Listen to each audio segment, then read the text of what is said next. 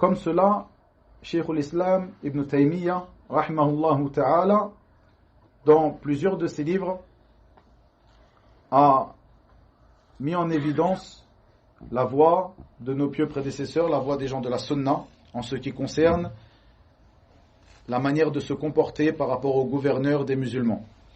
Parmi les paroles qu'il a tenues, rahimahullah ta'ala, dans le sens approximatif de ces paroles, le fait que l'ensemble des imams de la Sunna se sont accordés sur le fait qu'il est interdit de sortir, de se révolter contre le gouverneur, de sortir l'épée contre lui, et ceci même s'il est injuste.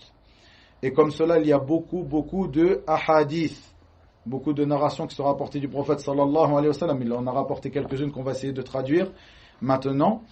Et avant cela, il a dit que la cause de ces ahadiths, pourquoi le prophète sallallahu alayhi wa sallam nous a interdit cela, le fait de se révolter contre le gouverneur, même si ce dernier est injuste, même si ce dernier est pervers, car il y a dans le fait de se révolter contre lui et de se soulever contre lui un plus grand mal que le fait de patienter face à sa perversion et face à sa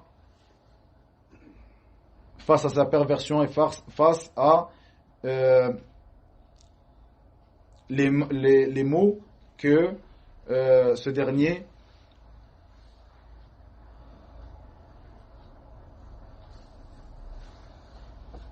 ou les mots que le fait de patienter contre lui entraîne au sein de la communauté musulmane.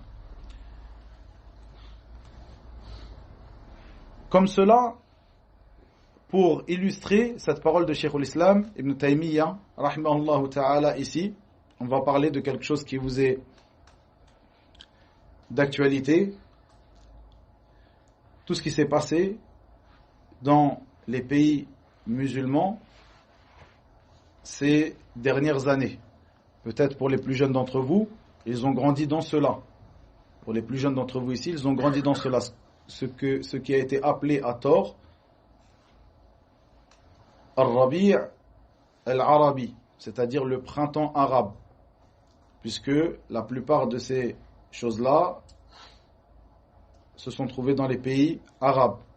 Donc ils ont été appelés à tort ces révolutions, ces soulèvements contre le gouverneur, car c'est comme ça qu'il faut l'appeler, et non le printemps arabe, et non des manifestations ou même des manifestations pacifiques. Car même si ces manifestations sont entre guillemets pacifiques, c'est-à-dire qu'il n'y a pas de morts, il n'y a pas de blessés, etc., cela reste dans notre religion un khuruj contre al-hakim. Ça reste le fait de se révolter, de sortir contre le gouverneur. Cette chose qui fait partie des caractéristiques principales de al-Khawarij et non des gens de la Sunna.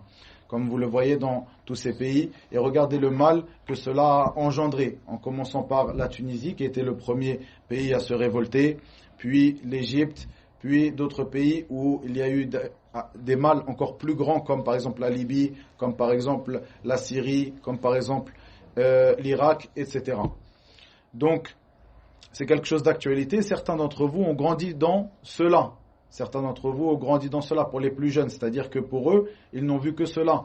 Aux informations, par exemple, le fait que dans ces pays, les pays musulmans, on se révolte contre le gouverneur, on fait des manifestations, on se met en grève pour se révolter pour certaines,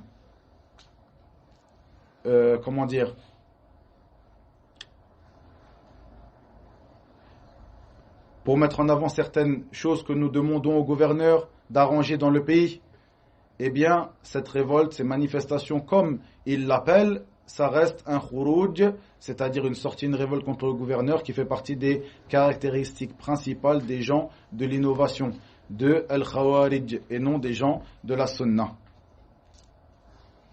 Et comme cela, pour illustrer donc cette parole de Cheikh al-Islam Ibn Taymiyyah, le fait que le mal qui est engendré par le fait de se révolter contre le gouverneur, même si ce dernier est pervers, même si ce dernier est injuste, eh bien, le mal qui sera engendré par cela est bien plus grand que le mal qui sera engendré pour ta propre personne, dans ta religion ou dans ta vie de tous les jours, dans le fait de patienter face à l'injustice de ce gouverneur. Comme cela, vous l'avez vu dans tous ces pays, pour ceux qui sont de ces pays, pour ceux qui ont vécu dans ces pays, moi j'en fais partie, le fait qu'on a vu qu'il y avait un grand mal, que l'État dans ces pays s'est dégradé plus encore que l'État de ces pays avant ces révoltes. Et l'État de ces pays, sauf dans très peu de pays, ne cesse de se dégrader, comme vous pouvez le constater. Et tout cela, comme le disent nos savants, fait partie des traces négatives de ces révoltes, qu'ils ont appelées à tort Ar-Rabi' al-Arabi, c'est-à-dire le printemps arabe. Ensuite, Cheikh al-Islam Ibn Taymiyyah rahimahullah ta'ala rapporte dans beaucoup de ses livres, vous retrouverez ces paroles-là dans Minhaj al-Sunnah al-Nabawiyya, comme cela dans Majmu' al-Fatawa et autres que cela. Il rapporte ces hadiths où le prophète sallallahu alayhi wa sallam nous informe que, dans le sens approximatif de ces paroles, il y aura après moi des gouverneurs qui seront injustes.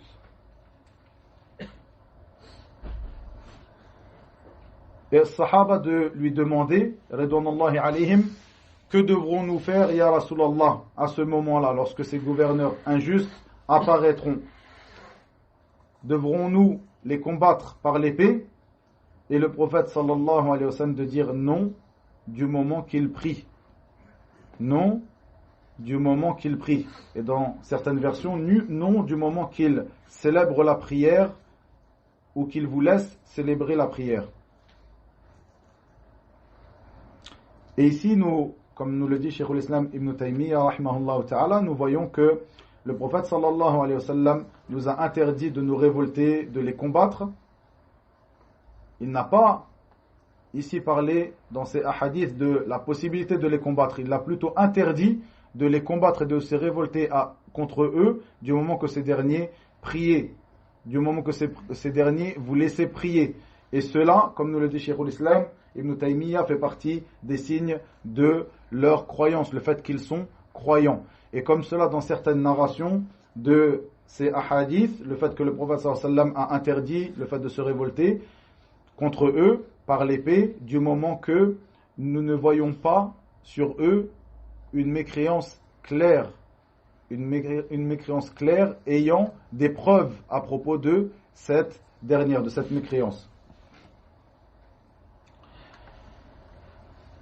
Le prophète sallallahu alayhi wa sallam nous a aussi orienté dans certains hadiths lorsque il nous informe aussi que nous verrons après lui des gouverneurs, des commandants, des gouverneurs des musulmans qui seront injustes, et que Sahaba lui ont demandé quel est ton ordre à ce moment-là, ya Rasulallah, et ce dernier de dire sallallahu alayhi wa sallam, vous leur donnez leurs droits et vous demandez à Allah le vôtre. C'est-à-dire que ces derniers sont des gouverneurs injustes qui prennent vos droits, qui ne vous donnent pas vos droits pleinement. Eh bien, le prophète sallallahu alayhi wa sallam a enjoint et a ordonné à ses compagnons ainsi qu'à sa communauté après eux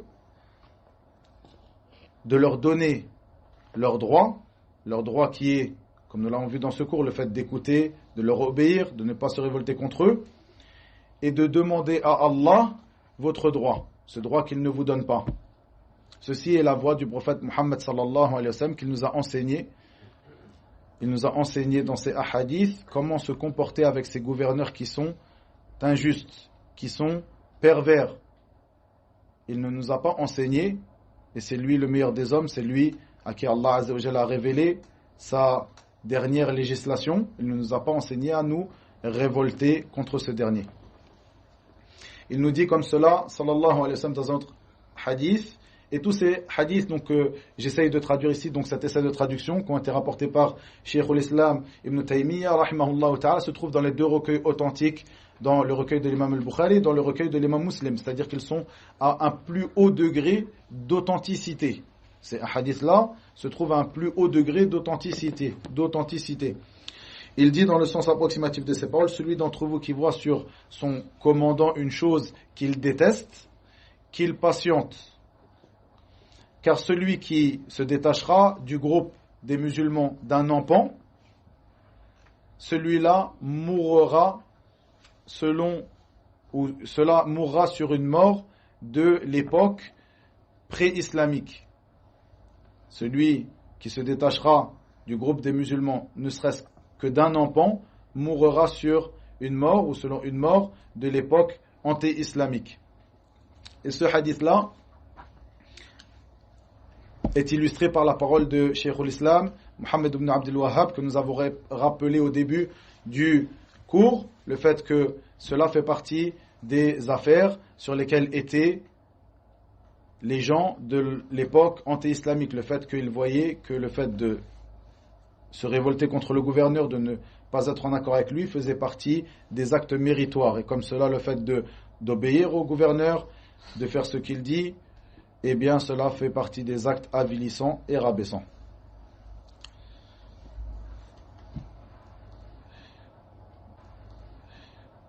Comme cela, Cheikh l'Islam rappelle ce hadith qui est rapporté par Hudhayfa radiyallahu anhu, où il dit: tu écoutes et tu obéis à ton gouverneur, même si ce dernier te frappe le dos, textuellement, ou prend tes biens. Eh bien, à ce moment-là, tu écoutes et tu obéis.